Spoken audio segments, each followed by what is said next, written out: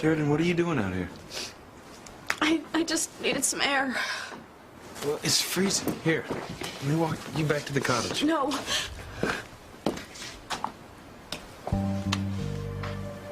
Sheridan, what is it?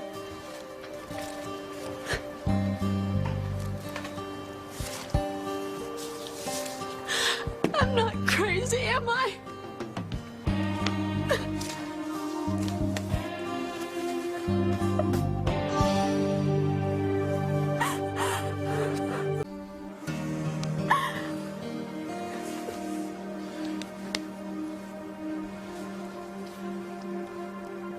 Of course you're not crazy, Sheridan.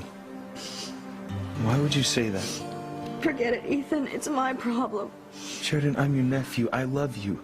If something's wrong, I want to help you deal with it. Now tell me what happened. I had a talk with Julian about that night. The night you... The night I murdered someone. Sheridan, don't say that. That's what I believe happened. What did Father say? He said it was nothing more than a young girl's overactive imagination. That it was just a bad dream that I had when I fell asleep on the couch in the living room. But you remember that night so vividly. That's what I tried to tell him. I mean, how could all these years of pain be caused by nothing more than a child's nightmare? You've always been so sure about what happened that night. And ever since I've come back to Harmony, to this house, that night has seemed more real than ever. I just don't know what to think anymore. I wish I could help you, but all I know about that night is what you told me. I'm saying you don't believe me anymore either. Sheridan, of course I believe you. I'm on your side. I know, Ethan. I'm just so frustrated. I just wish there was something concrete. You had some real solid evidence to prove your case. You sound like a lawyer. Why don't you approach this like I'd approach one of my cases? I'm a witness defending your story. What facts can I bring to this? The one fact I really know I have is that I heard you scream that night. I know because your scream woke me up. You never saw anything? A body, coffin? No. I was told to stay in my room. In fact, I didn't even know what happened until you told me recently. And Julian and Alistair, they never said anything to you? Nothing. I was just a kid, a few years younger than you. Adults in the family made it very clear that night was not to be discussed, in or out of the family. My father told me that you had been sent away to boarding school in Paris. Boarding school? It was a private hospital. I was surrounded by psychiatrists who were all intent on telling me that that night never happened, that I dreamed it all. But you didn't believe them. No. Even as a little girl, you refused to be intimidated because you stuck with what you believe. And you wouldn't have had the courage if you didn't know deep down inside that what did happen that night happened. Why hasn't anyone in the family told me the truth? I don't know, but I'm not going to let you suffer anymore. We're going to get to the bottom of this. How? We're going to talk to my father. We're going to find out what really happened that night. I'll make sure that what happened stays hidden forever. Tell us, Father, what has to stay hidden forever? But this time, I want the truth, Julian.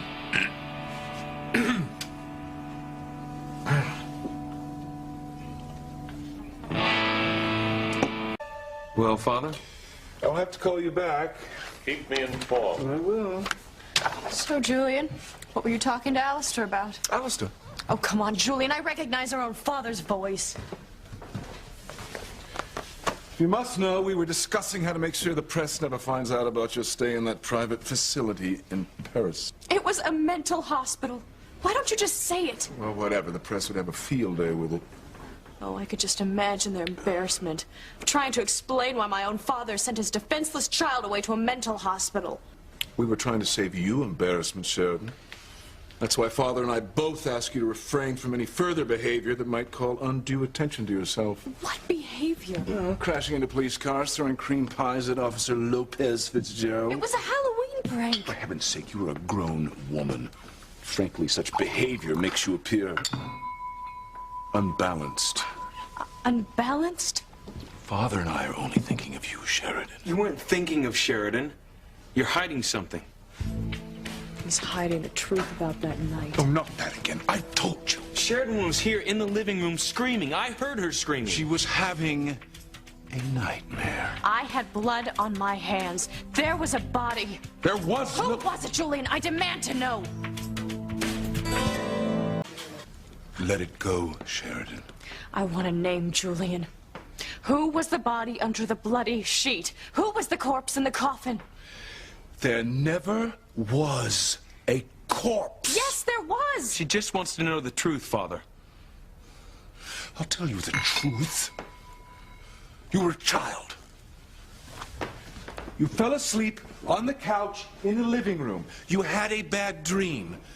You woke the entire household with your screaming. Father tried to comfort you, but you were hysterical. You kept going on and on about a body, a corpse. There was a body. There was no body. Even as a child, you were overly emotional, overly dramatic. You wouldn't calm down, so Father had no choice but to send you for treatment in Paris. Why couldn't she have been treated here in the States? The family couldn't risk the story getting out. You know how Alistair abhors publicity. He didn't want anyone to know that I'd seen a body. No, he didn't want anyone to hound his obviously already unbalanced daughter. He wanted you to be treated in privacy. He cared about your welfare, Sheridan.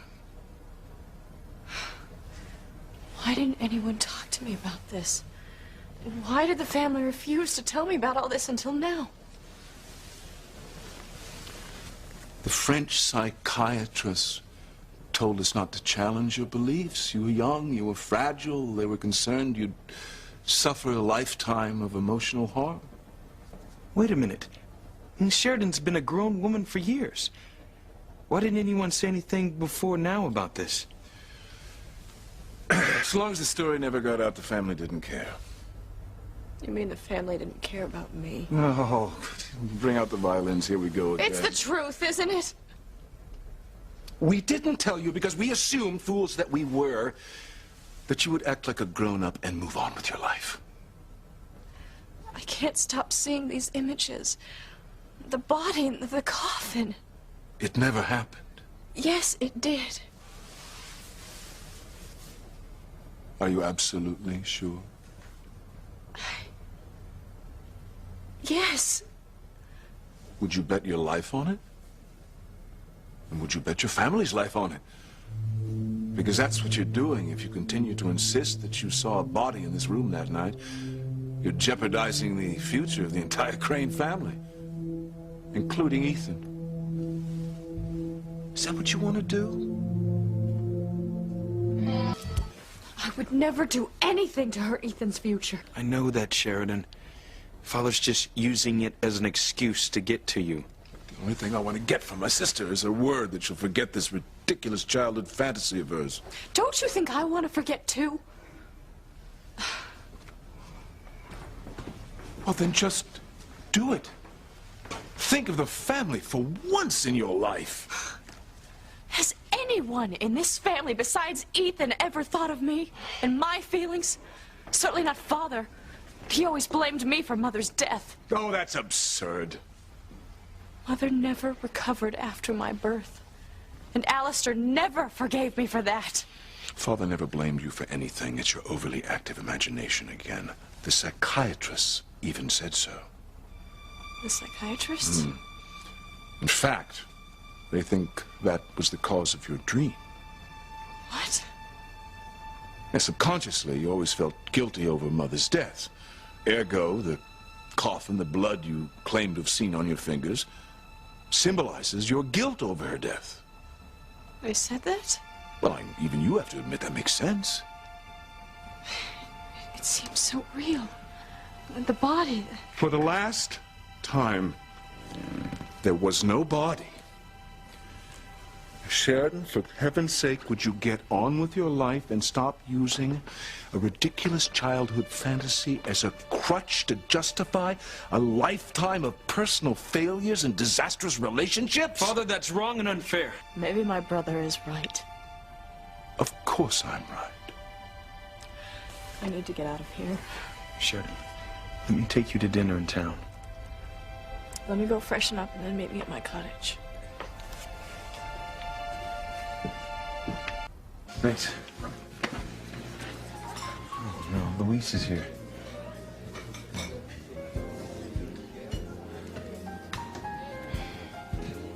Do you want to leave? No, I don't care about Luis right now. All I care about is finding out if there was a body or if I am crazy like Alistair and Julian seem to think.